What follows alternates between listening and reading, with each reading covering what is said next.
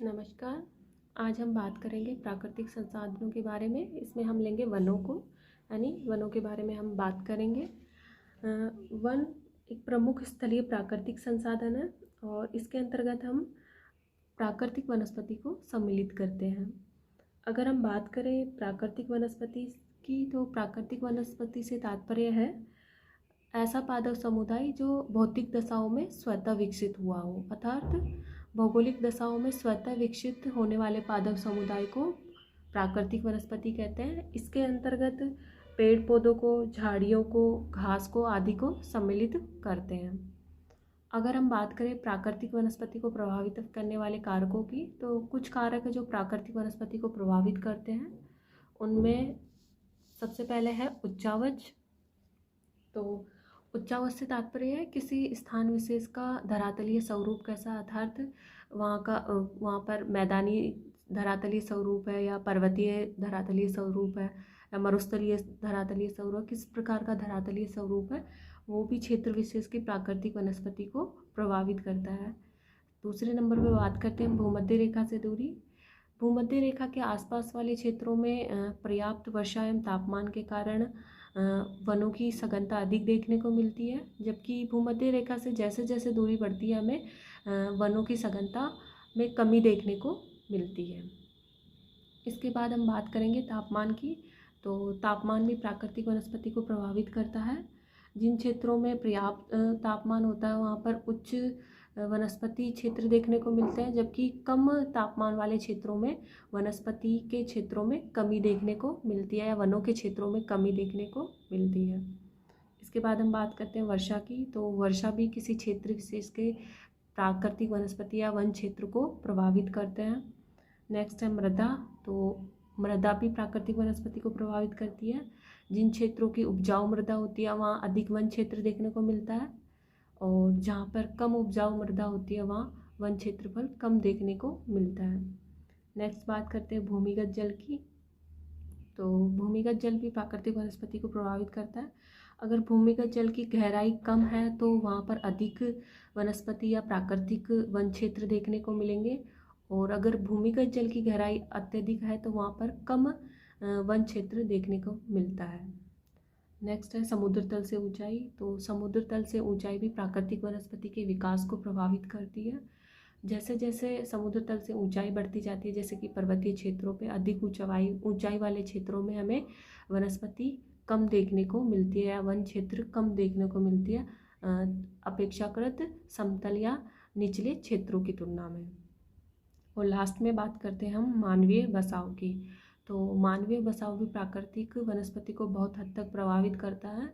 मानव अपने अनेक आवश्यकताओं की पूर्ति के लिए वनों का दोहन करता है। इस कारण जिन क्षेत्रों में अधिक मानवीय बसाव देखने को मिलता है वहाँ पर प्राकृतिक वनस्पति कम देखने को मिलती है, और जिन क्षेत्रों में मानवीय बसाव कम है वहाँ पर वनों की सघनता अधिक देखने को मिलती है। तो ये तो थे प्राकृतिक वनस्पति को प्रभावित करने वाले कारक।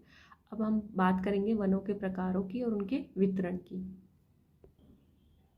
पृथ्वी पर विद्यमान भौगोलिक विविधताओं के कारण सर्वत्र समान प्रकार की वनस्पति नहीं पाई जाती है, अर्थात विभिन्न प्रकार की जलवायु, भौतिक दशाओं व उच्चावच के कारण अलग अलग क्षेत्रों में अलग अलग प्रकार की प्राकृतिक वनस्पति या अलग प्रकार के वन क्षेत्र देखने को मिलते हैं।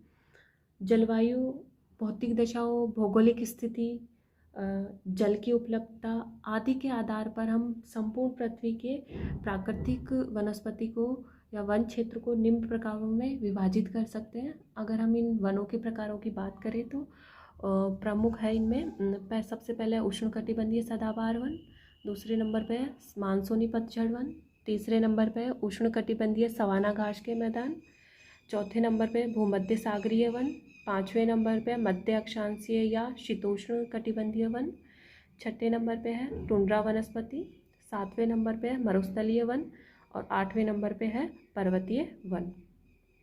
ये तो थे वनों के प्रकार। अब एक एक करके इनको हम देखते हैं। सबसे पहले हम बात करते हैं उष्णकटिबंधीय सदाबहार वनों के बारे में। उष्णकटिबंधीय सदाबहार वनों के क्षेत्र की बात करें तो इसका क्षेत्र विस्तार हमें 10 डिग्री उत्तर से 10 डिग्री दक्षिणी अक्षांशों के मध्य मिलता है, अगर विश्व में क्षेत्र एरिया की बात करें कि कौन कौन से क्षेत्रों में इन वनों का विस्तार है, तो इन वनों का विस्तार दक्षिणी अमेरिका के अमेजन बेसिन, अफ्रीका के कांगो बेसिन, इंडोनेशिया के सुमात्रा व बोर्नियो द्वीपों पे, मलेशिया में इन वनों का विस्तार हमें मुख्यतः देखने को मिलता है। और इस क्षेत्र की या भूमध्य रेखीय क्षेत्र की जलवायु की बात करें तो यहाँ पर उष्णकटिबंधीय जलवायु देखने को मिलती है और यहाँ पर औसत वार्षिक वर्षा 200 सेंटीमीटर से अधिक होती है। और वहीं तापमान की बात करें तो तापमान यहाँ औसत वार्षिक तापमान 26 डिग्री सेल्सियस तक रहता है। और अगर इन वनों में मिलने वाली वृक्षों की या प्रजातियों की बात करें तो यहाँ पर आर्यनवुड, रोजवुड, ताड़, महोगनी, रबर, ऑयल पाम आदि मुख्य वृक्ष देखने को मिलते हैं।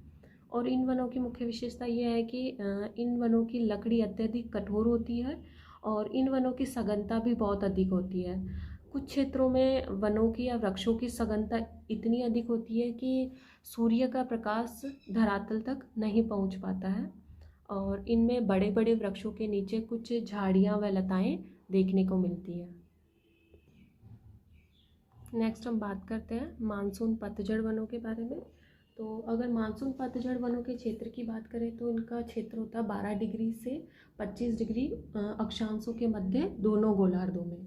और इन वनों का विस्तार हमें पश्चिमी द्वीप समूह है, भारत, दक्षिणी पूर्वी एशिया के देशों में, इंडोनेशिया, मलेशिया में, अफ्रीका, उत्तरी ऑस्ट्रेलिया, दक्षिणी ब्राज़ील, दक्षिणी पूर्वी अमेरिका, दक्षिणी चीन आदि देशों में इन वनों का विस्तार हमें देखने को मिलता है। इस क्षेत्र में औसत वार्षिक वर्षा 150 सेंटीमीटर तक होती है, जबकि औसत वार्षिक तापमान 10 से 27 डिग्री सेल्सियस तक रहता है।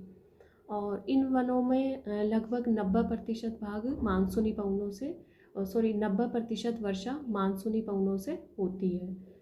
और अगर इन वनों में मिलने वाले वृक्षों की बात करें तो इन वनों में सागवान, साल, बरगद, पीपल, गुल्लर, शीशम, आम, महुआ, जामुन, नीम आदि के वृक्ष मुख्यतः देखने को मिलते हैं। नेक्स्ट हम बात करते हैं उष्णकटिबंधीय सवाना घास के मैदान के बारे में। तो अगर इस सवाना घास के मैदानों की बात करें तो इन घास के मैदानों का विस्तार हमें दोनों गोलार्धों में 8 डिग्री से 30 डिग्री अक्षांशों के मध्य मिलता है, अर्थात 8 डिग्री से 30 डिग्री अक्षांशों के मध्य उत्तरी एवं दक्षिणी गोलार्धों में देखने को मिलता है। और इन घास के मैदानों को अलग अलग क्षेत्रों में अलग अलग नाम से जाना जाता है। जैसे कि ब्राज़ील में इन घास के मैदानों को कंपोज नाम से जाना जाता है, जबकि ओरिनाको घाटी में से लानोज घास के नाम से जाना जाता है। और इस घास के मैदानों या सवाना घास के मैदानों के क्षेत्र की बात करें तो इसका विस्तार हमें दक्षिणी अफ्रीका, दक्षिणी अमेरिका, दक्षिणी अफ्रीका नहीं, अफ्रीका का मध्यवर्ती भाग, दक्षिणी अमेरिका, ऑस्ट्रेलिया में देखने को मिलता है। और इस घास की लंबाई होती है वो 3 मीटर तक होती है। और अगर इस क्षेत्र की बात करें तो इस क्षेत्र में वर्षा 75 से 150 सेंटीमीटर के मध्य तक होती है। और गर्मी में तापमान की बात करें तो यहाँ पर औसत वार्षिक तापमान 32 डिग्री सेल्सियस व शीत ऋतु में 18 डिग्री सेल्सियस तक तापमान रहता है। अब हम बात करते हैं भूमध्य सागरीय वनस्पति के बारे में। भूमध्य सागरीय वनस्पति के क्षेत्र विस्तार की बात करें तो इस वनस्पति का क्षेत्र विस्तार 30 डिग्री से 40 डिग्री उत्तरी एवं दक्षिणी अक्षांशों के मध्य मिलता है। और यह महाद्वीपों के मध्यवर्ती भाग के पश्चिमी भागों में मिलती है। और इसके क्षेत्र की बात करें तो यह क्षेत्र मुख्यतः भूमध्य सागर के तटवर्ती क्षेत्रों में मिलता है, जिसमें कि स्पेन, पुर्तगाल, इटली, इज़राइल, टर्की, लीबिया आदि देशों में इस प्रकार की वनस्पति देखने को मिलती है। इसके अलावा उत्तरी अमेरिका के कैलिफोर्निया राज्य में, दक्षिणी अफ्रीका के प्रायद्वीपीय भाग में और दक्षिणी अमेरिका के चिली में और ऑस्ट्रेलिया के दक्षिणी पश्चिमी भाग में भी इस प्रकार की वनस्पति या भूमध्य सागरीय वनस्पति देखने को मिलती है। भूमध्य सागरीय क्षेत्र की मुख्य विशेषता यह है कि इस क्षेत्र में शीतकाल शुष्क रहता है, जबकि इसका भूमध्य सागरीय जलवायु की मुख्य विशेषता है कि यहाँ पे ग्रीष्मकाल शुष्क रहता है, जबकि शीतकाल में वर्षा होती है, अर्थात संपूर्ण वर्षा शीतकाल में होती है, जो कि पछुआ पवनों से होती है। और अगर इस क्षेत्र विशेष में मिलने वाली वनस्पति या वृक्षों की बात करें तो इसमें कौन कौन से वृक्ष मिलते हैं? इनमें मुख्यतः ओक, बीच, पाइन, जैतून, अंगूर, नींबू, चपरेल और यूकेलिप्टस के वृक्ष मुख्यतः देखने को मिलते हैं। नेक्स्ट हम बात करते हैं मध्य अक्षांशीय या शीतोष्ण कटिबंधीय वनों के बारे में। मध्य अक्षांशीय क्षेत्र या मध्य अक्षांशीय वनस्पति का क्षेत्र के विस्तार की बात करें तो यह दोनों गोलार्धों में लगभग मध्यवर्ती भाग में देखने को मिलती है, और इसमें दोनों प्रकार के यानी वन भी और घास के क्षेत्र भी, दोनों प्रकार की वनस्पतियां देखने को मिलती हैं। और मध्य अक्षांशीय वनस्पति क्षेत्र को हम 3 भागों में बांट सकते हैं। सबसे पहला है शीतोष्ण कटिबंधीय पतझड़ वन, दूसरे नंबर पे शीतोष्ण कटिबंधीय कोणधारी वन और तीसरे नंबर पे शीतोष्ण कटिबंधीय घास क्षेत्र। अगर हम बात करें सबसे पहले शीतोष्ण कटिबंधीय पतझड़ वनों की, तो इस प्रकार के वन हमें उत्तरी अमेरिका, पश्चिमी यूरोप, चीन के पूर्वी भाग और जापान आदि देशों में देखने को मिलते हैं। और इस क्षेत्र में जो तापमान रहता है ग्रीष्म ऋतु में वह है 21 डिग्री से 27 डिग्री सेल्सियस और शीतकाल में 12 डिग्री से 15 डिग्री सेल्सियस तक। और वर्षा की बात करें तो यहाँ पर औसत वार्षिक वर्षा 70 से 150 सेंटीमीटर तक होती है।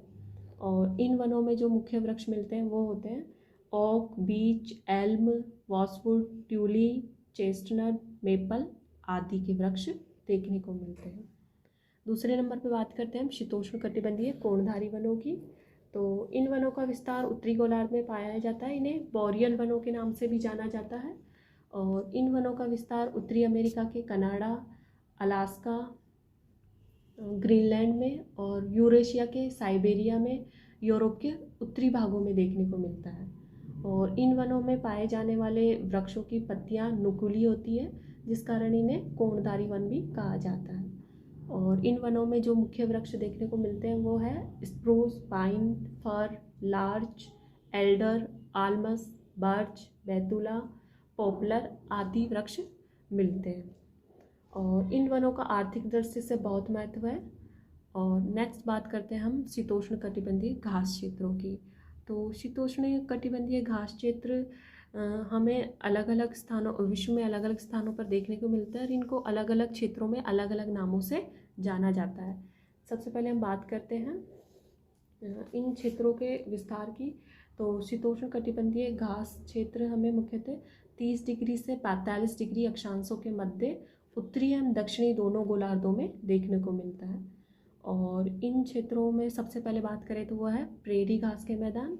ये हमें उत्तरी अमेरिका व कनाडा के रॉकीज पर्वतीय क्षेत्र के वृष्टि छाया प्रदेश में देखने को मिलते हैं, यानी अमेरिका और कनाडा वाले रॉकीज पर्वतीय भाग में ये प्रेरी घास के मैदान देखने को मिलते हैं। दूसरे नंबर पे बात करते हैं स्टेपीज घास के मैदान। तो स्टेपीज घास के मैदान हमें यूरोपियन रूस, कजाकिस्तान व कैस्पियन सागर के आसपास वाले क्षेत्रों में व पश्चिमी साइबेरिया में इस प्रकार के घास के मैदान मिलते हैं। नेक्स्ट है पंपास घास के मैदान। पंपास घास के मैदान दक्षिणी अमेरिका के अर्जेंटीना व यूरुग्वे के समीपवर्ती भागों में देखने को मिलते हैं। नेक्स्ट है वेल्ड्स घास के मैदान। ये हमें दक्षिणी अफ्रीका के पठारी भाग व दक्षिण ट्रांसवाल व ऑरेंज फ्री स्टेट में देखने को मिलते हैं। नेक्स्ट है डाउन्स घास के मैदान। ये ऑस्ट्रेलिया के दक्षिणी पूर्वी भाग में व तस्मानिया के उत्तरी भाग में देखने को मिलते हैं। और लास्ट है कैंटरबरी घास के मैदान। ये न्यूजीलैंड में पाए जाते हैं, यानी न्यूजीलैंड में इस प्रकार की घास के मैदान देखने को मिलते हैं। नेक्स्ट हम बात करते हैं टुंड्रा वनस्पति के बारे में। टुंड्रा वन उत्तरी गोलार्ध में आर्कटिक क्षेत्र के आसपास वाले रीजन में देखने को मिलते हैं। और यहाँ पर अत्यधिक या लंबी शीत ऋतु के कारण केवल छोटी छोटी घासें ही देखने को मिलती है, जिनमें है मांस, शैवाल, नरकुल, काई आदि छोटी छोटी घासें यहाँ देखने को मिलती है। और यह क्षेत्र वर्ष पर हिमाच्छादित रहता है। इस कारण यहाँ पर कोई विशेष या बड़े पौधे या बड़ी प्रजाति के वृक्ष देखने को नहीं मिलते हैं। नेक्स्ट इसके बाद हम बात करते हैं मरुस्थलीय वनस्पति के बारे में। मरुस्थलीय वनस्पति के क्षेत्र विस्तार की बात करें तो इस प्रकार की मरुस्थलीय वनस्पति का विस्तार में महाद्वीपों के पश्चिमी भागों में 20 डिग्री से 30 डिग्री अक्षांशों के मध्य दोनों गोलार्धों में देखने को मिलता है। 20 डिग्री से 30 डिग्री अक्षांशों के मध्य हमें मरुस्थलीय क्षेत्र देखने को मिलता है महाद्वीपों के पश्चिमी भाग में। और इनमें जो प्रमुख क्षेत्र हुआ है थार का मरुस्थल, अरब मरुस्थल, सिक्यांग मरुस्थल, मंगोलिया के मरुस्थल, आटागामा मरुस्थल, सोनोरन मरुस्थल, इन क्षेत्रों में मरुस्थलीय प्रकार की वनस्पति देखने को मिलती है। इन क्षेत्रों में कम वर्षा व उच्च तापमान के कारण कांटेदार वृक्ष व झाड़ियाँ ही अधिक देखने को मिलता है। और इन क्षेत्रों में जो मुख्य वृक्ष देखने को मिलते हैं वो है नागफनी, सेजब्रूस, क्रिपोस्ट, सेकोल, अकेशिया, यूकेलिप्टस आदि वृक्ष मुख्यतः देखने को मिलते हैं। इसके बाद हम बात करते हैं पर्वतीय वनस्पति के बारे में। तो जैसा कि इसके नाम से ही पता चल रहा है, इस प्रकार की वनस्पति हमें पर्वतीय क्षेत्रों में देखने को मिलेगी, जिनमें मुख्यतः उष्ण एवं उपोष्ण कटिबंधीय क्षेत्रों के पर्वतीय क्षेत्र जिनमें आते हैं हिमालय, आल्प्स, रॉकीज, एंडीज आदि पर्वतीय क्षेत्रों में इस प्रकार की वनस्पति देखने को मिलती है।